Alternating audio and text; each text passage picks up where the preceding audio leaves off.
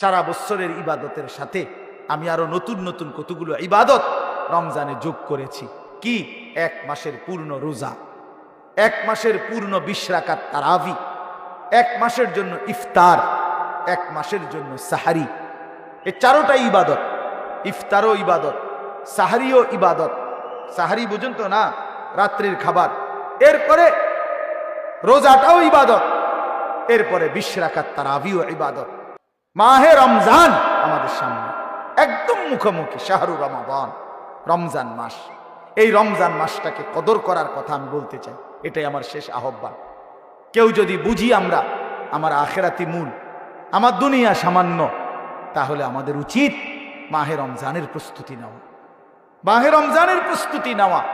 মাহে রমজান আল্লাহ নিজের এই যে প্যান্ডেল আপনারা সাজাইছেন সুন্দর করে মাহফিলের জন্য, খোদার কসম আল্লাহ তাআলা বলে, বান্দা রমজান আমি নিজ হাতে সাজিয়েছি আমার বান্দাকে জান্নাত দেওয়ার জন্য, জাহান্নাম থেকে বাঁচাবার জন্য। যদি বলি আল্লাহ কেমনে সাজাইলেন, আল্লাহ তাআলা বলেন, শুনো আমার সাজানোটা তোমরা শুনো। 1, আমি আল্লাহ জান্নাতের সব দুয়ার খুলে দিয়েছি। 2, জাহান্নামের দরজাগুলো বন্ধ করে দিয়েছি। 3, সমস্ত শয়তান এবং দুষ্ট জিন শেকলে বন্দি করে দিয়েছি। এবার আসো রমজানের ভিতরে আমি আল্লাহ তাআলা রমজানের প্রথম দশক রহমত দ্বারা সাজিয়েছি, মাঝের দশক মাগফিরাত দ্বারা সাজিয়েছি, শেষ দশক নাজাত দ্বারা সাজিয়েছি। এবার আসো ইবাদত।